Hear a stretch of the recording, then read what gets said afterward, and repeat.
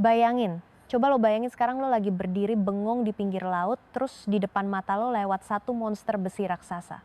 Ini bukan kapal mainan guys, ini kapal kontainer yang panjangnya lebih dari gabungan 3 lapangan bola. Tingginya udah kayak gedung 20 lantai lagi ngebelah ombak samudra dengan santainya. Lo tahu nggak, lebih dari 80% barang yang lo pakai tiap hari, mulai dari HP yang lagi lo pegang sekarang, baju yang lo pakai, sampai bensin buat motor lo jalan-jalan sore, semuanya dianterin pakai monster laut kayak gini. Tiap tahun, armada kapal dagang dunia ini bawa barang yang nilainya puluhan triliun dolar, benar-benar urat nadinya ekonomi dunia lah. Halo semuanya, selamat datang kembali di channel Jendela Dunia. Jangan lupa tekan tombol subscribe dan nyalakan loncengnya. Mari kita buka jendela wawasan kita hari ini.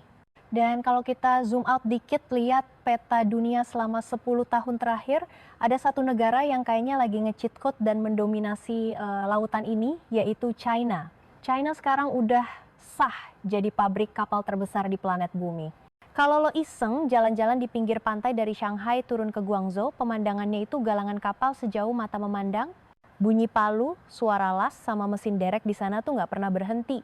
Kayak tetangga lo yang renovasi rumah tapi nggak kelar-kelar. Menurut data dari Clarkson Research, ini mbahnya data maritim dunia ya, China sekarang megang sekitar 50% total produksi kapal global. Gila nggak tuh?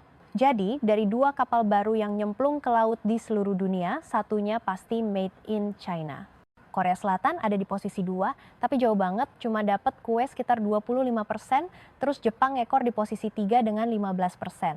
Nah, lihat angka segede itu, refleks kita pasti mikir, wah, Cina menang telak nih, rajanya lautan.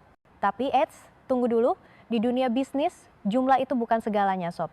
Pertanyaan yang sebenarnya bikin penasaran itu bukan berapa banyak kapal yang lo bikin, tapi berapa banyak duit yang masuk ke kantong lo dari kapal itu. Dan pas kita kulitin angka 50% pangsa pasar Cina tadi, ada plot twist yang bikin melongo. Walaupun jumlah kapal Cina itu 2 kali lipatnya Korea, total duit kontrak yang mereka dapat itu ternyata cuma setara, bahkan kadang lebih dikit dari tetangganya itu. Ini nunjukin satu anomali kocak, Cina kerja keras sebagai kuda 2 kali lipat, cuma buat dapat gaji yang sama. Biar paham kenapa bisa ada kejadian aneh bin ajaib ini, kita perlu ngintip ke dapur keuangannya galangan kapal. Bikin kapal itu nggak kayak ngerakit Tamiya atau bikin HP guys. Ini proyek konstruksi raksasa yang makannya waktu 18 sampai 24 bulan. Duit masuk emang dari harga jual kapal, tapi profit alias cuan bersihnya itu digrogotin sama harga baja, gaji ribuan tukang, listrik, sama bunga bank yang nyekek. Buat kapal-kapal sejuta umat kayak kapal curah, bulk carrier yang biasa bawa batu bara atau biji besi, atau kapal kontainer kecil, teknologinya tuh nggak ribet-ribet amat. Karena gampang bikinnya, yang main di situ banyak, saingan jadi berdarah-darah. Nah, galangan kapal Cina demi menguasai pasar sering banget pasang harga yang mepet banget sama modal. Istilahnya jual rugi dikit nggak apa-apa asal laku. Di China, model bisnis mereka tuh babat alas, ambil untung tipis, tapi main di kuantitas alias layar terkembang walau cuan melayang. Galangan kapal pelat merah di sana bisa langsung terima pesanan 20-30 kapal curah sekaligus. Mereka rela margin keuntungan bersihnya cuma sisa ampas, sekitar 3% sampai 5% doang. Coba kita hitung-hitungan ala warung kopi ya, biar kebayang risikonya. Kalau satu kapal curah harganya 50 juta USD atau sekitar 800 miliar rupiah. Setelah potong segala macam biaya, si galangan kapal cuma beneran ngantongin duit bersih sekitar 1,5 sampai 2,5 juta USD. Itu sekitar 24 sampai 40 miliar rupiah. Dengar angka 40 miliar emang kayaknya gede banget buat kita kaum mendang-mending, tapi ingat bos, buat dapat segitu, mereka harus modalin dulu 800 miliar, ngatur ribuan pekerja, dan jantungan nanggung risiko selama 2 tahun penuh. Bayangin kalau harga baja dunia naik 10% aja, atau kurs mata uang goyang dikit, itu profit yang setipis tisu bisa langsung angus, malah bisa-bisa jadi rugi bandar gede-gedean. Terus kenapa China masih nekat pakai cara gini? Jawabannya ada di backingan negara dan urusan perut rakyat. Industri ini nampung ratusan ribu tenaga kerja, ngabisin stok baja buatan pabrik dalam negeri, dan ngehidupin industri-industri pendukung lainnya. Makanya, bank-bank milik negara Cina tuh royal banget ngasih pinjaman bunga rendah. Dan pemerintahnya punya paket bantuan jalur belakang yang diestimasi sampai 20 miliar USD per tahun. Itu sekitar 320 triliun rupiah guys. Cuman buat mastiin galangan-galangan ini tetap ngebul asepnya walaupun nggak untung. Strategi ini emang sukses bikin mati kutu pesaing-pesaing kecil di dunia, tapi efek sampingnya Cina jadi kejebak, jadi tukang. Mereka kayak supermarket grosir raksasa, omzet gila-gilaan, barang keluar banyak, tapi untung per barangnya receh banget dan bahaya. Sementara itu di seberang lautan, Korea Selatan milih jalan ninja yang beda total. Sadar kalau nggak bakal menang lawan harga buruh dan harga baja Cina yang murah meriah, raksasa-raksasa Korea kayak HD Hyundai, Samsung Heavy Industries, atau Hanwha Ocean mutusin buat resign dari pasar kapal murah. Mereka nggak mau lagi main di kolam yang sama dan nggak ngejar jumlah. Gantinya, mereka fokus total bikin kapal yang levelnya udah kayak supercar di lautan. Kapal-kapal yang butuh teknologi tingkat dewa, safety-nya nggak boleh tawar-menawar, dan pastinya harganya selangit. Dan primadona dari strategi ini adalah kapal pengangkut gas alam cair atau bekennya disebut kapal LNG. Disinilah letak perbedaan kasta yang sebenarnya. Kapal LNG itu bukan sekedar tong besi kosong buat nyimpen barang. Gas alam kalau mau diangkut efisien harus dibekuin dulu sampai jadi cair di suhu minus 163 derajat Celcius. Dingin banget bos. Di suhu segila itu, baja biasa bakal jadi getas kayak kerupuk, kena bentur dikit langsung pecah. Makanya tangki di kapal LNG itu harus pakai logam campuran khusus dan dibungkus lapisan isolasi super ribet biar gasnya nggak nguap dan dinginnya nggak ngerusak bodi kapal. Salah ngelas dikit aja, ada retak sehalus rambut, gas bisa bocor. Dan tahu kan gas ketemu udara jadi apa? Jadi bom raksasa yang ngapung di laut. Gak ada satupun bos minyak atau asuransi yang berani main-main sama risiko kayak gitu. Gara-gara kerumitan dan bahayanya ini, harga satu kapal LNG itu bisa berkali-kali lipat kapal biasa. Satu kapal LNG standar sekarang harganya di kisaran 240 sampai 260 juta USD. Itu kalau dirupiahin sekitar 3,84 sampai 4,16 triliun rupiah. Buat perbandingan, duit segitu bisa buat beli 5 sampai 8 kapal curah yang gede. Tapi yang lebih penting dari harga jual adalah margin cuannya. Karena Korea megang teknologi kuncinya dan udah dapat kepercayaan penuh dari pasar, mereka bisa dapat untung bersih 10% sampai 15% dari kapal jenis ini. Nih, biar makin kerasa bedanya, kita bandingkan langsung. Anggaplah ada galangan kapal Korea dapat orderan 10 kapal LNG, total omzetnya 2,4 miliar USD atau sekitar 38,4 triliun rupiah. Dengan margin yang tebal tadi, mereka bisa bawa pulang profit bersih sekitar 300 juta US dollar alias 4,8 triliun rupiah. Nah, pertanyaannya, kalau galangan kapal Cina mau dapat untung 4,8 triliun rupiah juga, tapi dari jualan kapal curah murah, mereka harus bikin berapa kapal? Jawabannya bikin sakit kepala, 200 kapal, bos. Gak salah denger loh, 10 kapal canggih Korea cuannya setara sama 200 kapal pasaran Cina. Coba bayangin ribetnya manajemen. Ngurus proyek 10 kapal jelas lebih santai, lebih rapi, dan gak bikin darah tinggi dibanding harus ngawasin 200 proyek sekaligus. 200 kapal itu butuh 200 tim pengawas, makan tempat di dermaga buat 200 kapal, dan butuh tenaga kerja puluhan kali lipat lebih banyak. Ini bukti nyata pepatah work smart not hard. Korea kerja lebih dikit tapi makan daging wagyunya, sementara Cina disisain tulang sama kerja rodinya. Bedanya nggak cuma pas beli di awal doang, tapi kerasa sampai 25-30 tahun umur si kapal. Ini yang namanya total cost of ownership atau total biaya kepemilikan yang selalu dihitung sama juragan kapal yang pinter. Beli kapal itu kayak beli truk buat usaha. Kalau lo beli truk murah tapi tiap bulan mogok, boros bensin, terus pas udah 5 tahun bobrok nggak ada harganya, itu sebenarnya lo lagi buang duit. Kapal buatan Korea emang harganya lebih mahal 10-20% dari kapal Cina. Misal kapal kontainer China harganya 2,4 triliun rupiah, kapal Korea 2,8 triliun rupiah. Bedanya 400 miliar, gede emang. Tapi kapal Korea terkenal bandel dan awet. Mesinnya disetting sedemikian rupa biar hemat bahan bakar 3-5% tiap tahun. Buat kapal yang minum solarnya puluhan ton sehari, hemat 5% selama 20 tahun, itu duitnya gila-gilaan. Jauh ngalahin selisih harga 400 miliar di awal tadi. Belum lagi kapal Korea jarang masuk bengkel alias docking, jadi waktunya lebih banyak dipakai buat nyari duit di laut. Apalagi di dunia gas LNG, faktor trust alias kepercayaan itu harganya lebih mahal dari emas. Kontrak jual beli gas itu biasanya jangka panjang, bisa 20 tahun, misal dari Qatar ke Jepang atau Eropa. Kalau kapal mogok di tengah jalan, bukan cuma rugi barangnya hilang, tapi satu kota bisa mati lampu gara-gara pasokan gas telat. Raksasa energi kayak Shell, ExxonMobil, atau Qatar Energi nggak mau ambil pusing.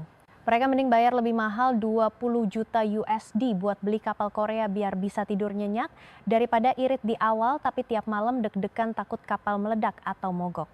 Makanya, walau Cina udah mati-matian nyoba nembus, Korea tetap megang 70-80% pasar kapal LNG dunia bertahun-tahun. Tapi, jangan kira Cina cuma diem aja, pasrah dibilang tukang kapal murah. Mereka sadar banget lagi kejebak di middle income trap-nya industri kapal. Beberapa tahun terakhir, pakai duit tabungan yang bejibun dan perintah langsung dari Beijing, industri kapal Cina lagi revolusi gila-gilaan.